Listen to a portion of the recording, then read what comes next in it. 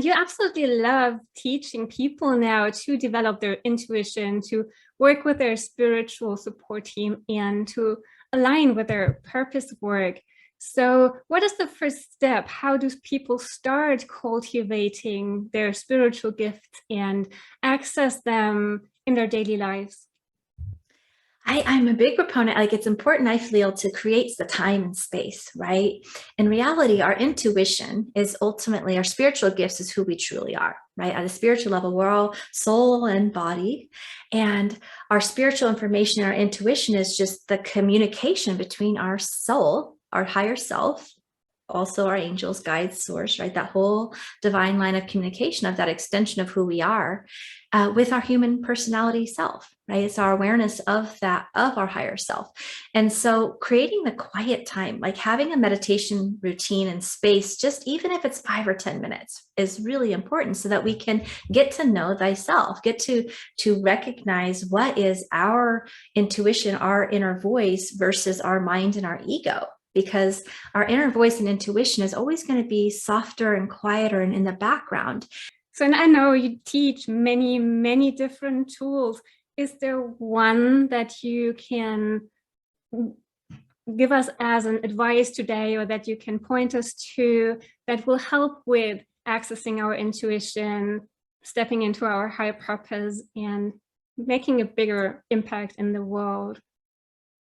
Sure. Through meditation, and perhaps you could do this through journaling once you've kind of created that clear space with yourself as well. Asking questions like, give me loud, clear signs I can easily understand, as I stated, right? Starting to connect with your soul and asking what wants to be expressed through you. I believe at its most simplistic form, our purpose work is ultimately to align with our higher self, embody our higher self, and express our higher self, right? Through our relationship and through and for many of us, and I believe your audience, is through your purpose work, right? Through your work in the world, however that might look, by asking questions like, what wants to be expressed through me today? What message does my soul have for me today? Or what message can most serve my community today? Right? Tuning into those types of questions and allowing your inspiration, right? Your intuition, that divine feminine aspect of yourself, right? Whether you're male or female, we all have both masculine and feminine energies. And a big shift in leadership and the paradigm of the way we're doing business, especially for sensitives, I feel, is that we are leading from that inspired inspiration and then moving into action. This will also avoid burnout, right? When we do it from this way, because we'll be fulfilled and inspired. And it really is a fast track to success as well. And accessing our intuition, and there's lots of issues that are keeping us from stepping into our purpose, being seen in the world, but also from accessing our intuition. So would you speak about the activation and the blocks to our intuition? Yeah, I think, one of the biggest things that holds us up a lot of times is trusting, right? A lot of times there's fears and doubts and all of this invalidation, or of just not trusting ourselves and not allowing ourselves to really take, if we do get an inspiration, maybe not take action, or maybe just be blocking it for, second guessing ourselves and questioning it. Many people feel pulled between worlds, and there are all those spiritual concepts out there, and sometimes it just feels like they're not working in this 3D world. Let's just take abundance, for example. If there's abundance of everything, does that mean we should stop, saving water and electricity? Or you wouldn't go to a starving child and tell them, it's just your scarcity mindset that is keeping you in this space. What is your perspective on those spiritual concepts and how they relate to, the way we're living still in this world?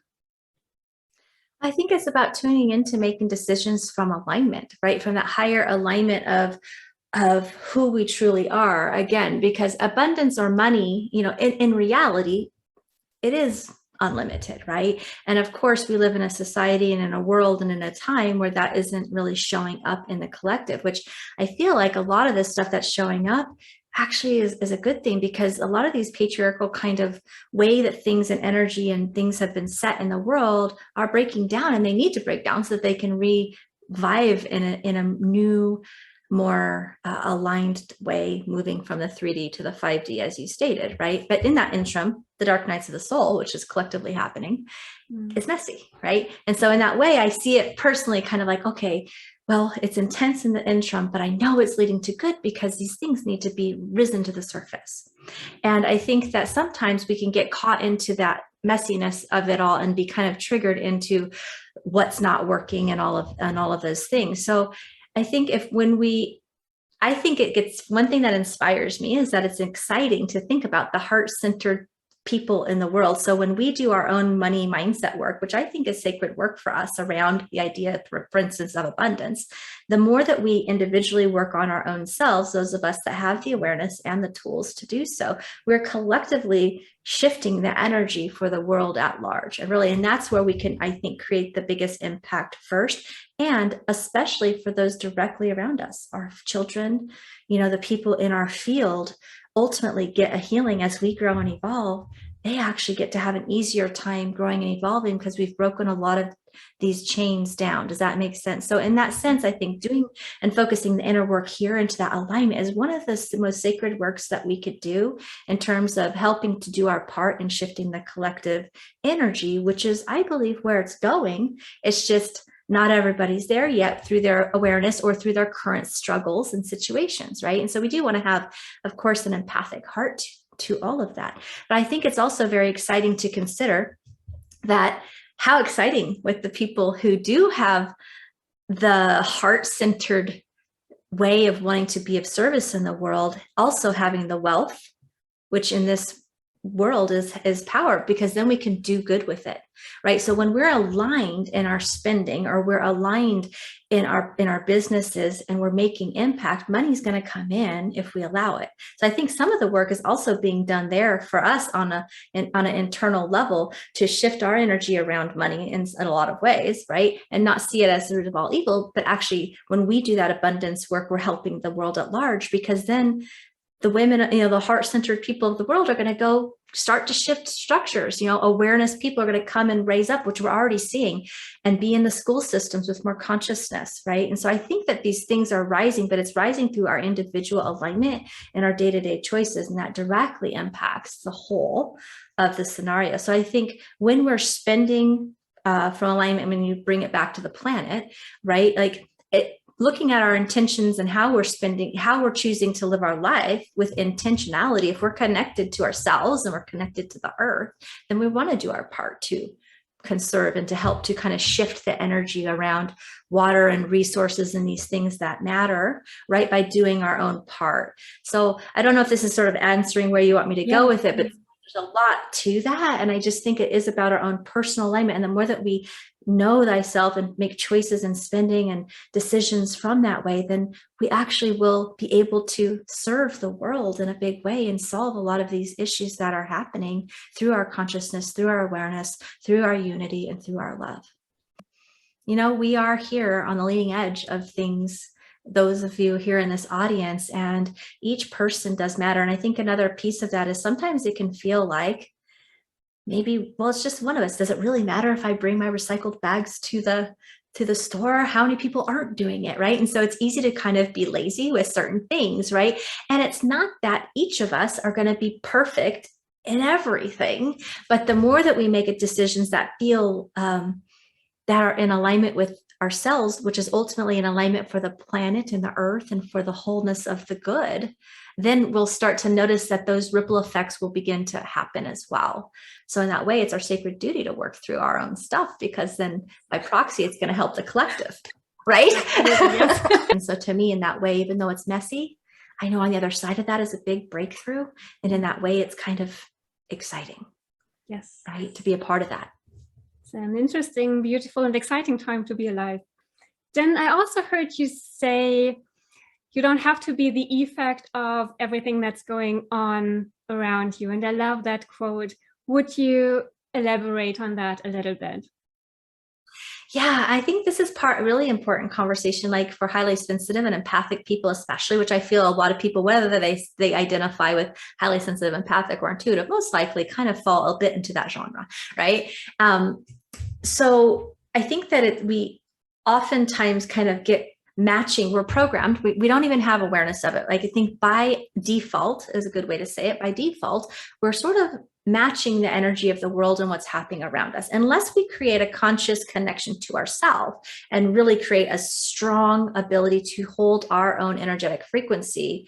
We're going to be matching the more prominent energy, which right now is highly fear-based, right? There's a lot of, the media puts, there's things that are obviously rising that need to be dealt with, but then there's also a lot of the media that creates fear mongering and these kinds of things too, which just perpetuates this fear-based energy that for an empath or sensitive can get way overstimulated with, and then find it difficult to, when you're in energetic overwhelm from matching the collective energy at this lower vibration, which is sort of the default again, right? That we're not affecting change at that point, right? And now we're becoming the effect of what's around us. And now we're actually stuck in that same frequency, not able to be the light bearers that we are, the light worker, holding our own pillar of light, that connection to ourself, to source, right? And so I think when we can seek and take the time to do the deeper spiritual work, that is the best impact that we can create in the world. And then our business is like cherry on the cake, it will be when we start to really allow ourselves to be seen and heard and all of that, of course. But at the end of the day, taking the time to tend to your energy on a regular basis will be life-changing. And it will be life-changing for you, because you'll be able to kind of unmatch all of the bigger energy of the world is fear-based and is more unconscious and is still in division and is still in judgment and blame and victim and patriarchy. So if we don't take the time to consciously go, oh my gosh, because this is what we're used to doing, and we go, oh my gosh, okay, I'm gonna find my center right here. I'm gonna build up my own connection with my higher self and source, God, universe, right? However your experience of that is, but you're going to connect with that larger part of your truth. And I'm going to anchor in and build my energetic resiliency. And I'm going to hold that pillar of light, and I'm going to be the flame in the dark room, because that flame in the dark room actually is what creates a ripple effect of healing and change. And the more of us that wake up and tend to our own energy and hold that higher connection of that unity and love, very quickly people will start arising. And that's kind of what we're seeing, is a lot of people are waking up more quickly, right? But if we don't do that, we become the effect of what's happening around us. We've now matched the energy, we've pinched ourselves off from our own connection, and now we're not actually able to hold that higher frequency in that moment, and that's causing pain and suffering to ensue. And so I really think that the most important thing is just being really aware of your energy, being aware of your field, tending your garden, tending your field, like taking a psychic shower every day, right? I have an energetic mastery program where I'm like, okay, this is an important thing. You got to focus, ground, run the energy, connect. And how can I stay in that amongst the lower energy? Because the tendency is to bring it down, because it's hard, it feels uncomfortable, right? And the same token, in an individual basis, so that's kind of how it affects globally, but on an individual basis, shifting that dynamic to be able to hold a higher frequency within perhaps like a family relationship or dynamic, we're programmed to shrink a lot of times out of an unconscious healing agreement, really codependent energy exchange of not wanting to rock the boat, not wanting to have a boundary, not wanting to speak our truth, not wanting to. I think people feel uncomfortable when we're lit up and they're having struggles and we're celebrating. So then there's shame on celebration during a time like this, right? So then we go, oh, I'm going to hide that. Anytime we dim our light, we're actually not serving the whole. And it's really sort of an unconscious pattern of like, I don't want to get whacked with their energy. I don't want to upset them and then feel more uncomfortable.